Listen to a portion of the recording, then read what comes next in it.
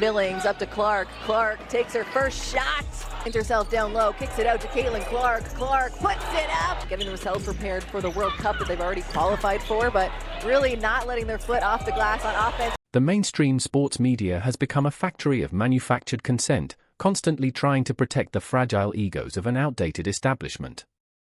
If you only look at the box score from this returned game, or listen to the polished press conferences and polite commentary, you are being fed a narrative that simply doesn't match reality. They want you to believe that keeping Caitlin Clark on the bench at the start of the game was just a coaching decision. According to the official story, it was a respectful nod to the veterans and a careful plan to ease her back into action after more than 200 days away from the court. But many fans see it differently. Because what we actually witnessed looked less like strategy and more like hesitation from the old power structure of women's basketball. A structure that knows something big has changed. Players like Chelsea Gray were placed in the starting lineup, but not necessarily because they offered the highest chance of winning. Instead, it felt like an attempt to delay the inevitable reality. And that reality is simple. Caitlin Clark is one of the most impactful forces the sport has ever seen. The moment she steps onto the hardwood, everything changes. After spending more than 6 months recovering and watching the league operate without her presence, Clark returned with intensity, confidence, and complete control of the game. Her stat line told the story. 17 points, 12 assists, and a staggering plus 35 rating, all in limited minutes. That kind of impact doesn't happen by accident. You don't reach a plus 35 in a professional basketball game by simply playing well. You reach that level by completely shifting the gravity of the court. By forcing defenses to react to threats before they even fully develop. Clark reads the game like a high-speed algorithm. She identifies weaknesses in defensive coverage, attacks them instantly, and turns ordinary possessions into high-percentage scoring opportunities. Her 12 assists weren't just about being unselfish. They were a sign of total control over the offense. Every pass created better shots. Every possession looked smoother. And suddenly, the entire roster looked more efficient. Which makes the coaching decision even more interesting. Starting Clark on the bench almost felt like a major tech company hiding its most powerful artificial intelligence in the basement, simply because the people in charge are afraid of how much it might change everything. And the moment she stepped on the floor, you could see exactly why. To what Caitlin Clark is going to do in year 3, you know what? I don't blame Brianna Stewart, Brianna Turner, Nafisa Collier, Aneka Ogwumike if they say themselves, we can't get beat like this. This girl is coming for revenge. Now listen closely to the tone of the analysis surrounding this game. There's a sense of tension, almost dread, in the conversation. And honestly, you can understand why. Players like Brianna Stewart, Brianna Turner, and Nafisa Collier know exactly what is happening. They know a team cannot afford to get beaten like this. What we are witnessing goes far beyond a normal basketball rivalry. It's psychological warfare playing out in real time, something national broadcasts rarely talk about openly. For years, the league's biggest stars have built their reputations, collected accolades, and carefully shaped their brands. But now many of those same players are facing a difficult reality. The game is changing faster than ever. Players like Brianna Stewart and Nafisa Collier are undeniably elite talents who have dominated within the traditional structure of the sport. But Caitlin Clark isn't simply operating inside that structure, she is completely redefining it. Clark doesn't just push the boundaries of the game. She tears those boundaries down and builds something entirely new. When the rest of the league watches film of this returned game, they're not only studying strategy. They're confronting a new standard of play. Imagine a player being away from the court for more than 200 days and then returning without the slightest sign of rust, delivering cross-court passes with incredible speed and precision that defenders struggle to even react to. That's the reality teams are now dealing with. The message across the league is clear: the competition is entering a new phase. Every franchise now knows they must adapt quickly or risk falling behind in a rapidly evolving style of play. But there's another conversation happening behind the scenes, one about locker room dynamics and team hierarchy. In this game, the starting lineup featured Chelsea Gray, a veteran point guard with an impressive career resume and championship experience. Yet the modern game has become faster, more dynamic, and more demanding than ever before. Traditionally, younger players were expected to wait their turn and respect the established hierarchy. But professional sports are ultimately driven by performance and results. True leadership in a locker room isn't just about holding onto a starting spot because of past achievements. Real leadership means recognizing when the game is evolving and supporting whatever decision gives the team the best chance to succeed.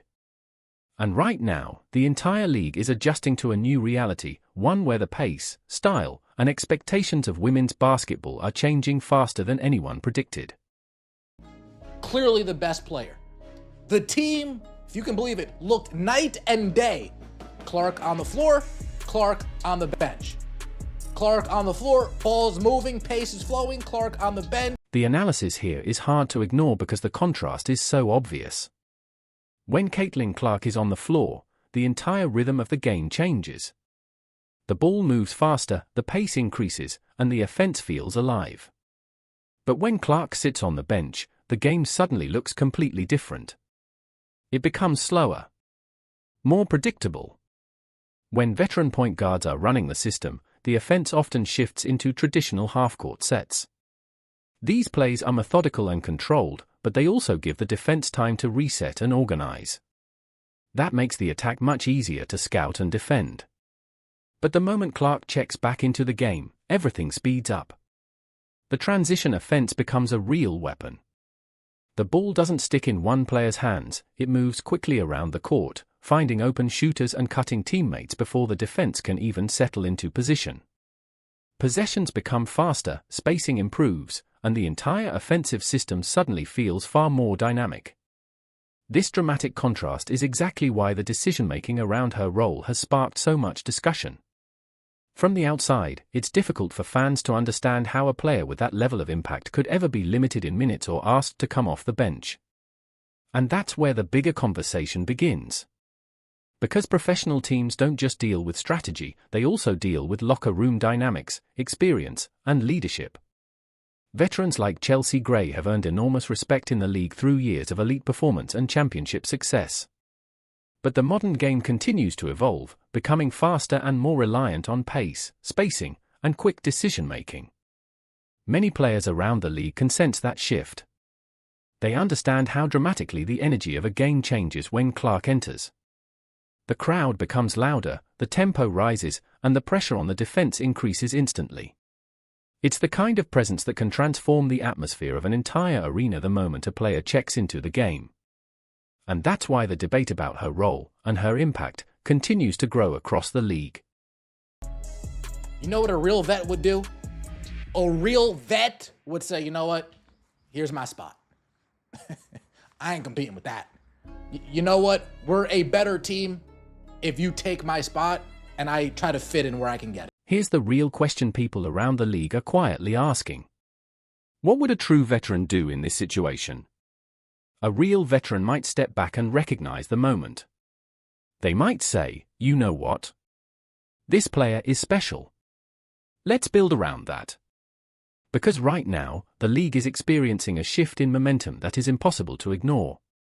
At the center of that shift is Caitlin Clark. Some observers believe the current tension represents a power struggle between the old structure of the game and the new direction it's heading. Veterans who have spent years leading teams naturally want to hold on to that leadership role. But the pace and style of modern basketball are evolving quickly, and teams must adapt to stay competitive. When Clark finally entered the game and immediately executed a smooth pick-and-roll with Monique Billings, it showed just how quickly she can impact the flow of play. Her ability to read defenses, anticipate rotations, and deliver precise passes makes the game look incredibly simple. But her influence goes far beyond her own scoring or assists. Clark's presence changes the opportunities for everyone on the floor.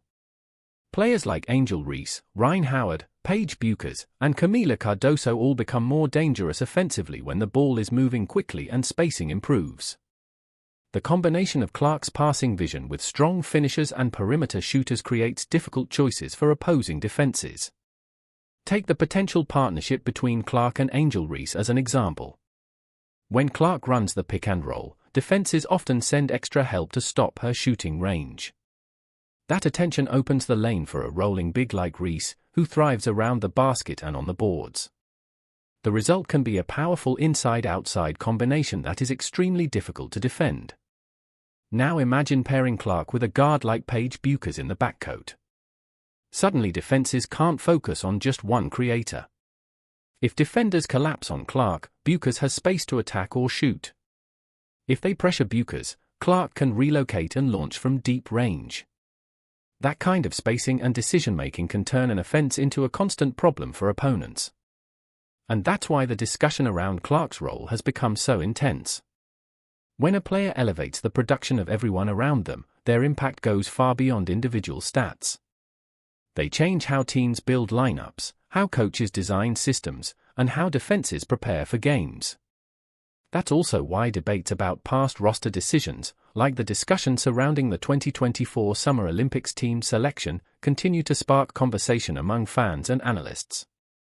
Some believe those choices were about experience and roster balance, while others think Clark's rising influence made the decision more complicated than it appeared. Either way, one thing is clear. The league is entering a new era, and the ripple effects of players like Caitlin Clark are already reshaping the conversation around the future of the game. Folks, this is why she wasn't on the team in 2024. They know she would have came in dominating. She would have came in wrecking-ish. And the story. So let's talk about the moment that continues to spark debate among fans. Why wasn't Caitlin Clark on the roster for the 2024 Summer Olympics? For months, the official explanation focused on roster balance, experience, and giving a young player time to rest after an intense season. But many fans have continued to question whether that was the full story. Because Clark's rise has been impossible to ignore. If she had been on that Olympic roster, many believe the spotlight of the entire tournament might have shifted toward her impact on the court. With her shooting range, court vision, and ability to speed up the pace of the game, she likely would have played a major role in the offense. And that's where the conversation becomes interesting. International tournaments often celebrate team chemistry and veteran leadership. The core players on that roster had already built years of success together. Bringing in a young superstar who instantly commands attention can change the dynamic of a team, and that's something selection committees often think carefully about. But what we're seeing now is that Clark's influence on the game keeps growing. After returning from her long break, she stepped back on the floor and immediately reminded everyone why she generates so much excitement. Her combination of deep shooting, quick decision-making, and elite passing makes defenses constantly adjust. And when she's on the court, the pace changes. Teammates get easier shots. Transition opportunities appear more often. And the overall energy in the arena rises. That's why so many fans feel the future of the league is tied closely to what players like Clark bring to the game. Her style reflects where modern basketball is heading: faster tempo, more spacing, and players who can create offense from anywhere on the floor. Whether it's starting lineups, roster decisions, or international tournaments, these debates will continue. But one thing is becoming clear across the league. A new generation of stars is reshaping the sport. And right now, few players represent that shift more than Caitlin Clark. The question isn't whether the game will change. The real question is how quickly everyone else will adapt.